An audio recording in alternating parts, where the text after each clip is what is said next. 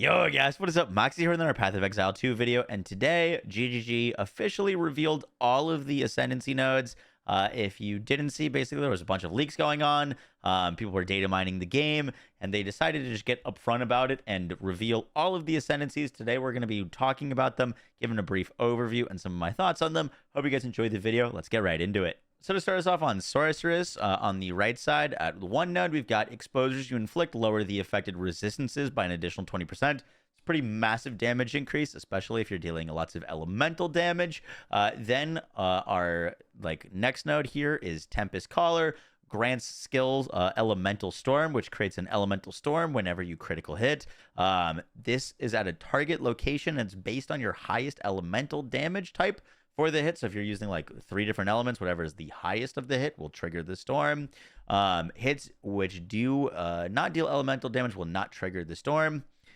We've also got Rain Dancer. Elemental Storm has 150% more cooldown rate. I guess this is going to have an internal cooldown for how often you can proc it. So this will just proc way more often with this node. Then if we come over to our fourth node, so that was our 1, 2, and 3. Fourth node is Heavy Snows. Basically, your targets you can affect by 2 of your chills at the same time, and your chills can reduce action speed by a maximum of 35%, but you have a less magnitude of chill you inflict. And then 5, Shaper of Winter. All damage from hits contributes to chill magnitude. So if you're dealing a bunch of fire damage, that'll actually chill. So if you're going for a cold build, this seems quite strong. On the other hand, the 6 and 7 nodes, if you're basically as the counterpart nodes, but for lightning, targets can be affected by 2 of your shocks at the same time, but you have 50% less shock duration. Shocks are a pretty big damage increase, so getting 2 of them is massive. And then Shaper of Storms, all damage from hits contributes to shock chance. Having shocks up on enemies is pretty big damage increase. Then we've got the 8, 9 over here, which gives you constant gale. You have Arcane Surge. Arcane Surge gives you 10% more cast speed and 20% more increased mana regen. And with the last node over here, at the number 9, 1% increased effective Arcane Surge on you per 15 max mana. Basically, if you're stacking up a bunch of mana, you're going to get a bunch of extra cast speed and mana regen, which is super valuable, especially if you're going Archmage and stacking 3,000 mana. 3,000 mana at endgame would give you the equivalent of 200% increased effect of Arcane Surge, which is just going to be really great feeling. And then the last node in the tree is Heart of the Storm. 40% of the elemental damage that you take is recouped as energy shield. That should be really nice if you're going for an energy shield build. Basically everything else is kind of damage focused, but this is going to be a pretty good survivability node. For Chronomancer, the numbering is a little bit weird, but you should start right here, which means that your 7 and 8 nodes that you can pick up right in the middle. Circular Heartbeat gives you 30% of your damage taken recouped as life, and 8 recoup effects instead occur over 4 seconds. So you're going to be getting a lot of your damage taken back as health. Then on the left side on this 5 node, every 12 seconds you gain 50% more cast speed for 4 seconds.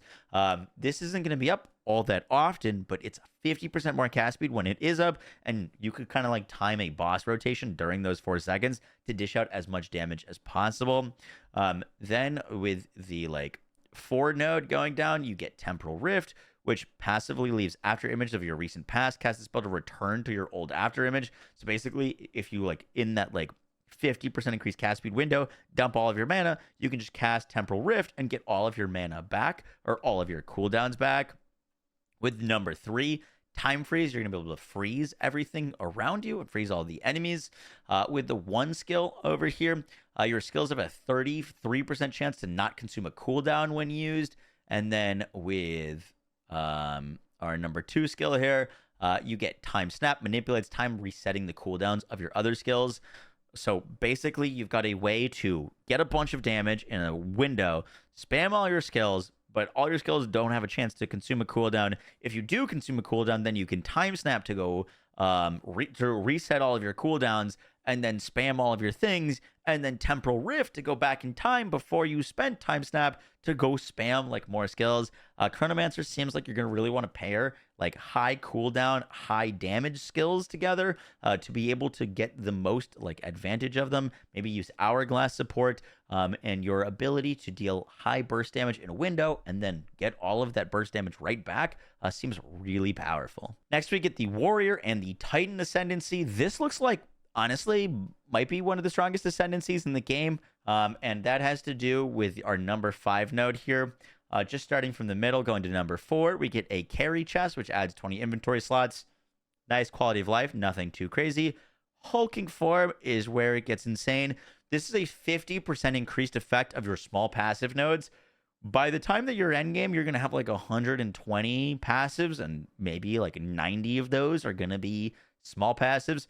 So now you're just getting 50% more of like 90 skill points that you've spent. I see this being incredibly strong, and I think we might see some builds going Titan that aren't going slams or aren't going two-handeds just for this node, because like that seems unbelievably strong. In our 1 node here, we've got 50% more armor from equipped body armor. That's nice. And 8 is 15% more max life. It looks like this was originally 20%, but the official now is 15. So it looks like that has been a bit of a nerf. And then for the 2 and 3 nodes paired together, 2 lets 20% chance for our slam skills that we do to cause aftershocks. And then 3 is every second slam skill used as ancestrally boosted. Ancestrally boosted skill has 20% more damage and area of effect. So every second slam is just going to get 20% more area and damage. Seems really awesome. And then 6 and 7, your hits are crushing blows. Crushing blows cause heavy stun on enemies that are primed for stun. And then with 7, we get 40% more damage against heavy stunned enemies. This seems like we're going to be able to hit really, really hard with single hits. And with this class, if you're going to scale ignites or bleeds, bleeds and ignites both scale off of the hit. If you're going to heavy stun an enemy and then just deal a massive hit to them that's going to proc a really large bleed or ignite, seems like it could be really strong. I think you're definitely going to want to incorporate like bleeds or ignites into your abilities because they just scale off of the hit and they're just going to be another way to add a bunch of damage to your skills. Next, we get Warbringer, the other ascendancy for Titan. With the 1 skill, or the 1 node, we can break armor with basically any of our hit damage, which seems really nice. And then with 2, you can break armor to below 0. If an enemy has less than 0 armor, you're going to get a multiplier against them with your physical damage. So that seems pretty awesome. 3, we get Encase in Jade, basically an ability to stop all damage from incoming. It's like an oh crap button. You're about to get hit by a big attack. Now all of a sudden you don't take any damage. With the 4th, we get Ancestral Spirits. Each of your totems will summon an Ancestral Spirit minion to fight for you. If the totem that summoned the minion dies, then the Ancestral Spirit will die too. And then with the 5th skill, 20% of damage from hits is taken from your nearest totem's life before you. Definitely seems like the totem ascendancy. With 6 and 7, you gain 40% of your base chance to block from your equipped shield instead of the shield's value. And with 7, you get 35% less block chance, but you can block all damage from hits while your shield is not raised. So that makes your shield an incredibly valuable survivability tool. You don't have to like actively click it to block damage. But if you're going to go Warbringer, the node that excites me the most is 8 and 9. Corpses in your presence explode when you Warcry, dealing 25% of their life as physical damage. And then Great Wolf's Howl, you ignore Warcry cooldowns. So basically you can dive into a pack, kill an enemy, and then Warcry. That Warcry will blow up the corpses, which will then kill more enemies, which will then create more corpses. And you have 0 Warcry cooldowns, so you could just spam your Warcries, creating chains of explosions on enemies. That seems really, really cool. And I like that idea. Obviously, might not work super great on bosses, but for like AoE clear, that seems like a really powerful option. Next, we get to the Ranger's Ascendancy, and to start, we've got Deadeye. On the left side, the 7 and 8, we've got Gathering Winds. You gain Tailwind on skill use. You lose all Tailwind when you get hit. Tailwind's a stacking buff, which grants 1% increased movement speed, 3% increased skill speed, and 15% increased evasion rating per stack for 10 seconds. It refreshes whenever you gain another stack, and your maximum is 10 stacks. which is pretty awesome. That's a ton of evasion, movement speed, skill speed. Should feel really good. You obviously lose all of your tailwind when you get hit, but if you're playing a full evasion build, you're getting more evasion. Things that would hit you won't hit you. And so that could be really nice. But what's really exciting is pairing that with our Wind Ward. We get 3% less damage taken per tailwind. This at max stacks is just 30% less damage taken from everything. So that seems really awesome.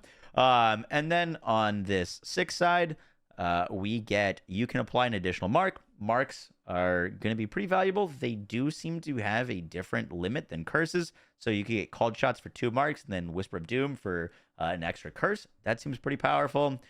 Then we've got this like 4A, 4B node where you can either take point blank or far shot, which basically gives you more damage to close enemies or more damage to far enemies. And then your 5th skill is you get an additional projectile. This is going to be pretty powerful, but kind of depends on what skill you pair it with. Our 3rd node, you have no accuracy penalty at distance. Seems solid. You just get to ignore basically all your accuracy and can spec more interesting things. But the node that's like really exciting me about Ranger is Avidity with Thrilling Chase. Now, Avidity gives us a 30% chance that if we would gain frenzy charges, we gain our maximum number of frenzy charges, and Thrilling Chase gives us the benefits from our frenzy charges have a 50% chance to be doubled. Now, this could be one of the stronger nodes, and I kind of want to break down why real quick. So Rain of Arrows, for example, is a skill that fires 53 arrows at its current level, at like level 52, but it fires 100% more arrows if a frenzy charge was consumed, and it fires 50% more arrows per frenzy charge consumed. If we proc that buff, which we have a 50% chance to proc, instead of firing 100% more arrows, this now becomes 200% more arrows. And if we've got an additional frenzy charge that fires an additional 100% more arrows, now we're firing like 300% more arrows. And all of a sudden our 53 arrows turns into like 400 arrows out of nowhere. So that seems really, really powerful. And you could pair that with Barrage, which Barrage lets us attack an additional time. So all of a sudden, our like 400 arrows could repeat instantly to fire 800 arrows. And just off of these frenzy charges that we're going to be able to like double the benefit of. I mean, this would repeat an additional time. So then it would repeat again. But like the possibility with like Rain of Arrows and frenzy stacking seems really powerful with this. And it might actually swap me to Deadeye instead of Pathfinder, let's talk about Pathfinder now.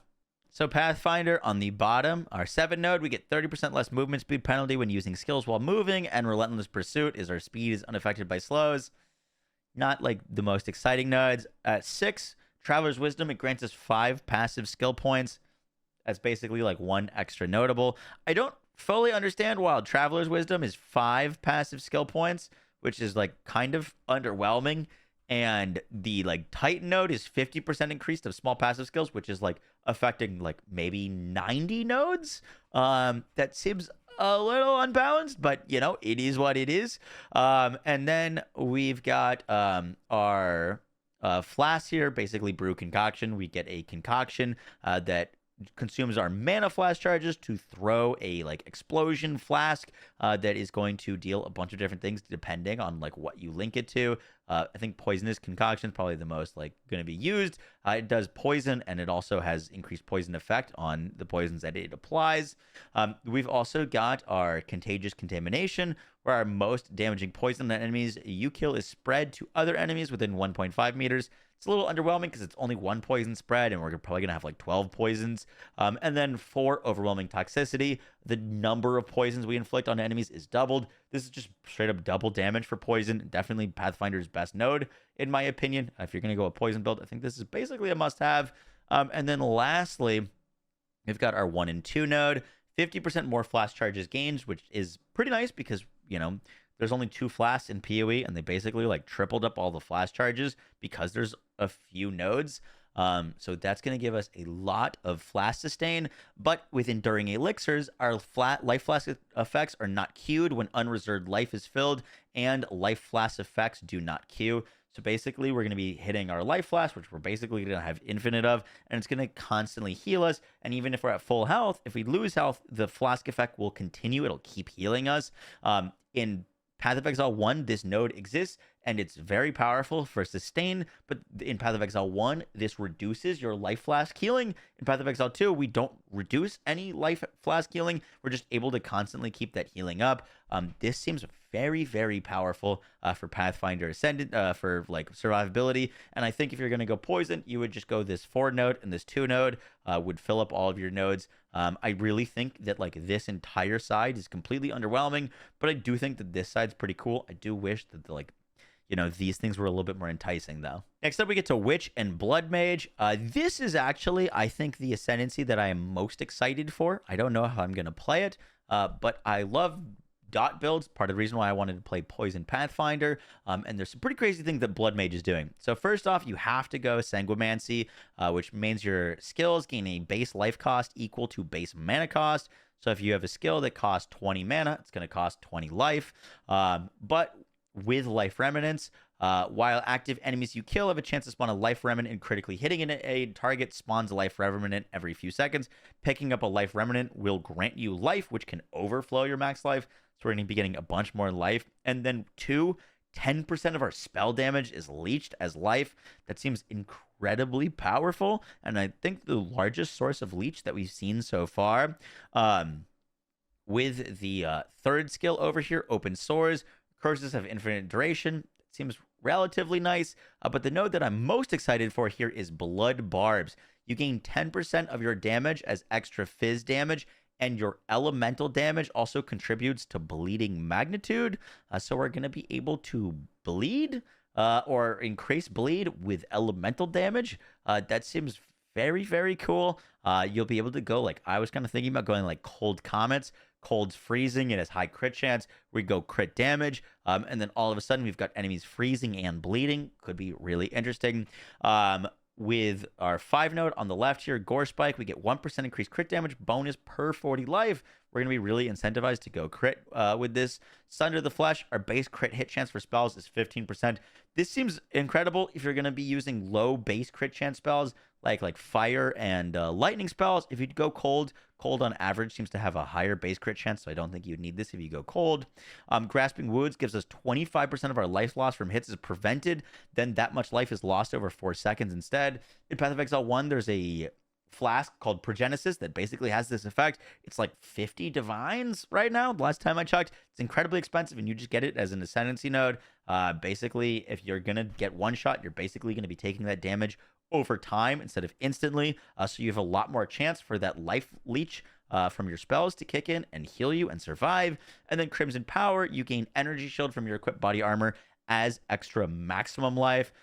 This is if you get a body armor with like 1,000 energy shield, all of a sudden you have 1,000 more flat max life. And that seems really powerful as well. The reason why this is one of my favorite ascendancies right now is because everything is enticing. Like, everything looks good. It's not like, oh, there's like a few good nodes and then everything else is kind of eh. Like, it's going to be really hard to choose exactly what you go for here because everything is pretty good looking. Next, we get the Infernalist on this like right 11 node. You become ignited when you deal a critical hit, taking 15% of your life and energy shield as fire damage per second, but you get 30% more crit damage bonus. More damage increases are pretty massive in Path of Exile, so this is awesome.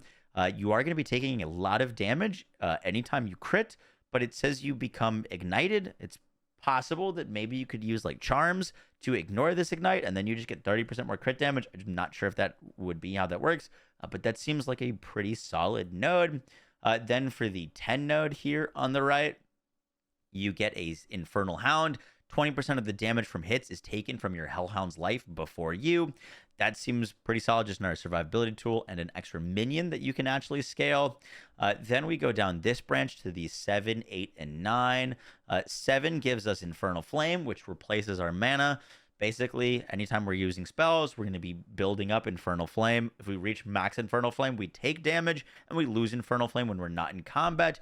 And with 8 and 9, while we're not in low Infernal Flame, Our allies in our presence get ignite chance and magnitude. This is kind of like a minion node. All of your allies and their damage are going to be able to ignite and scale ignite damage. That seems pretty solid. And then Seething Body. While we're high on Infernal Flame, you and your allies in your presence gain 20% of damage as fire damage. So you can kind of pair all of these nodes together for like a fire minion build. Seems pretty solid. Then for 5 and 6, we get Demonic Form. This shapeshifts us into a demon. We gain Demon Flame every second. We remain in demon form, causing our life to be lost at an increasing rate. Revert to human form if you reach 1 life. Use a skill that isn't a spell or reactivate this skill. So you have to use spells in demon form, but it kind of gives you like an extra life because if you die in demon form, you just go right into your human form, which seems kind of massive. And then 6, you get maximum of 10 Demon Flame. So this kind of caps your demon flame so that you're able to survive longer in it, which seems pretty nice. Like once you are in it for 10 seconds, you're not receiving any more like negative benefits, negatives. And then lastly, for 1, 2, and 3 here, we've got conversions. So cold damage taken as fire, lightning damage taken as fire, and then like 20% of our fizz damage taken as chaos damage. This would really help if we get our like fire resistance above 75. We're just going to become way more tanky. And then fizz taken as chaos would allow us to kind of get some extra survivability against those like big physical hits. And then lastly, for the 2 and 3 nodes, we've got reserve 25% of our life to get +1 max spirit per 25 life. And beat its gaze, we reserve 25% of life to gain mana per max life. And beat its hand, we reserve 25% of our life to get a max energy shield per 8 max life. I think the most interesting thing here is getting max spirit per max life. If you're playing an Infernalist, you're going to want a lot of like meta things. You're going to want summon raging spirits. You're going to want cast on ignites. You might want cast on crits. There's a lot of different things that you might want to go for, and having extra spirit to use all of those meta gems might be really nice. Next, we get to Mercenary. His 1 node gives you 20 passive skill points as weapon set points. Basically, this isn't plus 20 points. It just converts like 20 of your points into points that you can allocate differently into like specific weapon things that will change when you swap weapons. His 2nd ability is Calling Strike. Basically, you kill enemies when they get low instantly. His 3rd ability is Decimating Strike, which gives him more damage against full life enemies. His 4th allows you to get maximum concentration on enemies, and you break enemies' concentration equal to 100% damage dealt. Basically, this is going to allow you to kind of like stun enemies and prevent them from casting. And when your 5th node, you deal up to 30% more damage to enemies based on their missing concentration. So you get more damage against enemies that are low health. You get more damage on your 3rd ability, more damage on your 2nd ability. All seems pretty strong.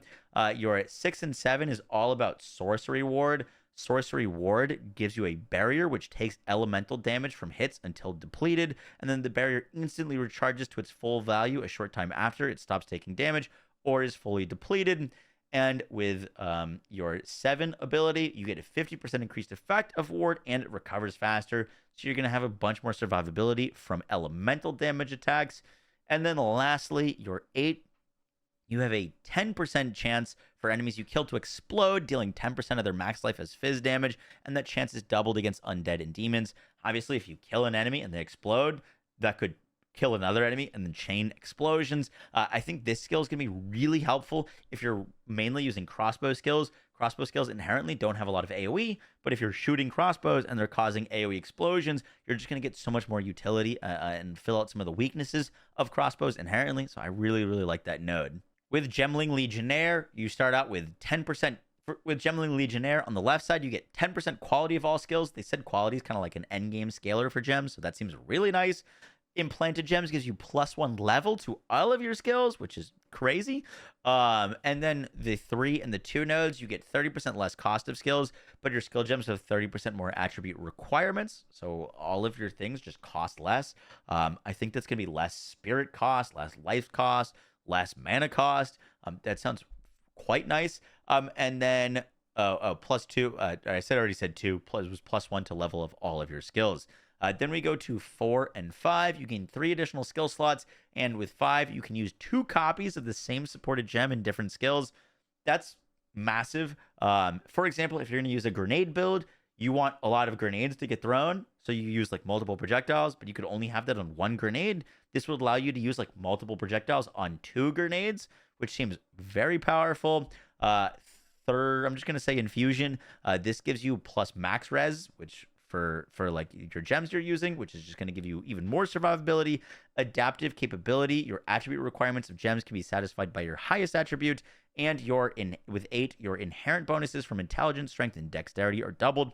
This is pretty massive, especially since like strength increases your health. You're just going to get a bunch more health from your strength nodes. And Gemling is looking really good.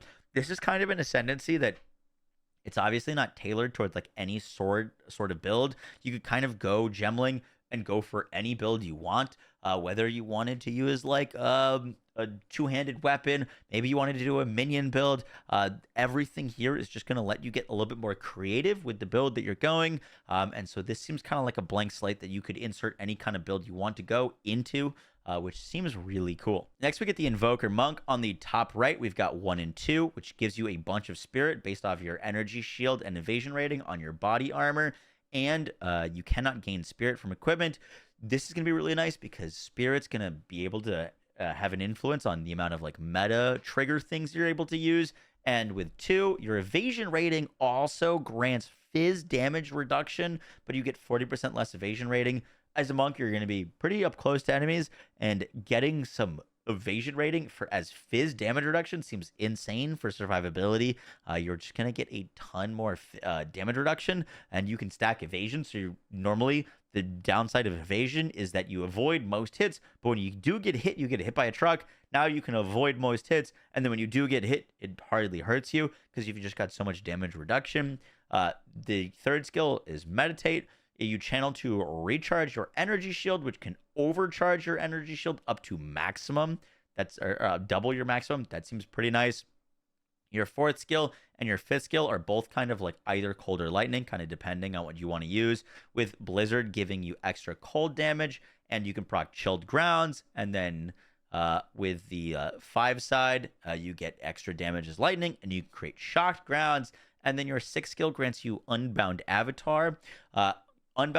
You gain Unbound Avatar by inflicting elemental ailments with hits on enemies. Once you reach maximum Unbound Fury, consume it to become unbound for a duration, vastly augmenting your elemental prowess. Sounds really, really cool. Basically become the Avatar.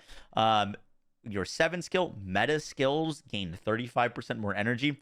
This is massive because it just means that your like cast on freeze or cast on shock are just going to proc 35% more often, and obviously with like this one node you're going to get a bunch more extra spirit as well, so you'll be able to use more meta gems.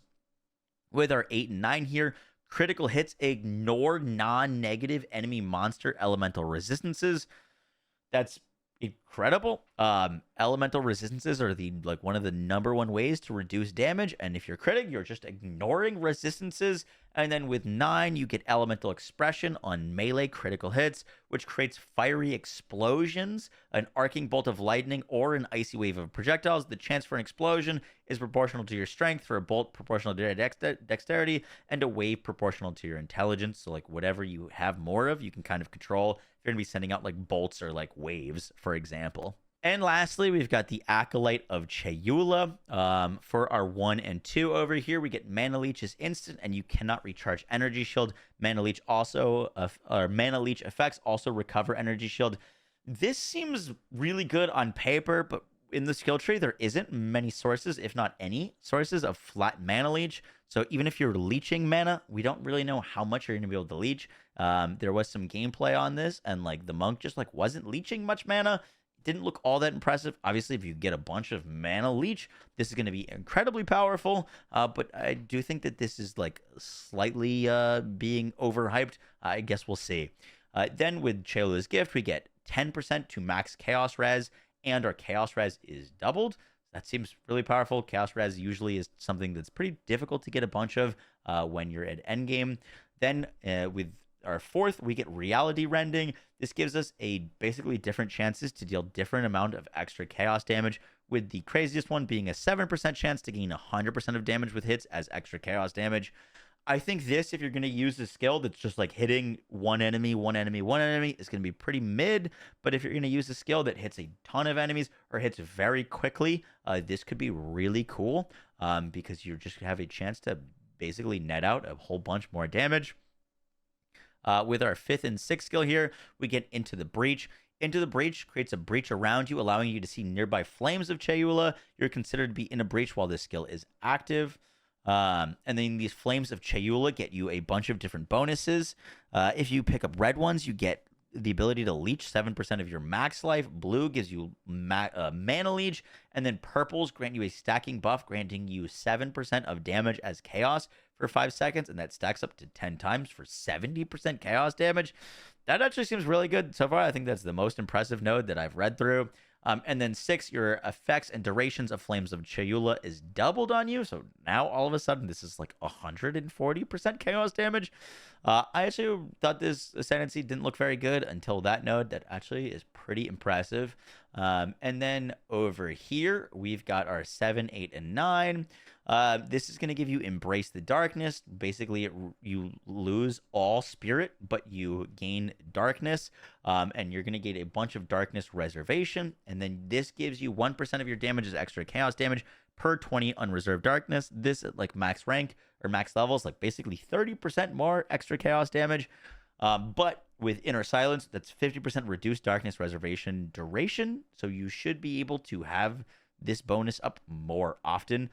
For every life or energy shield lost to damage, you reserve 1 darkness.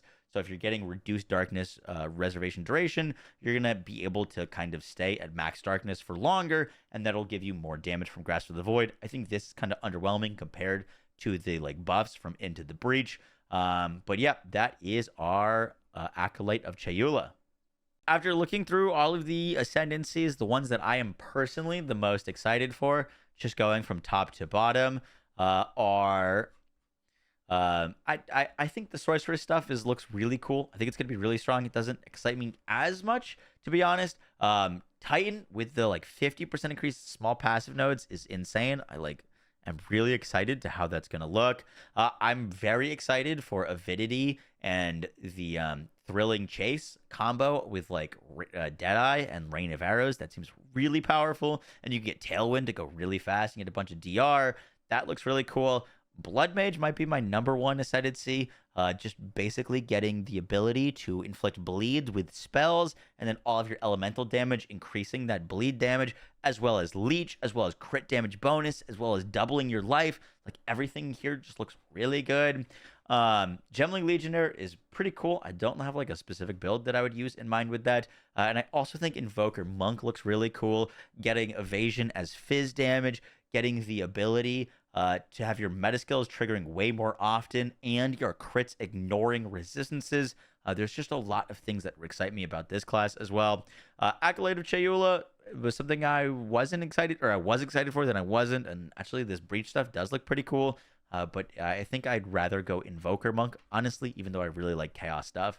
Guys, that's going to do it for the video. I hope you enjoyed the little breakdown and some insights on the ascendancies. Let me know which ascendancy you plan to go on launch. I had a plan to go Pathfinder. I might still go that. I think there's some like more interesting things, honestly, than Pathfinder. But there's so many cool options. I genuinely don't think you can go wrong with anything. Obviously, you know, the game's going to be out for a while. We have plenty of time to try them all out. I hope you guys enjoyed the video. I will catch y'all in the next one. Take care. Peace.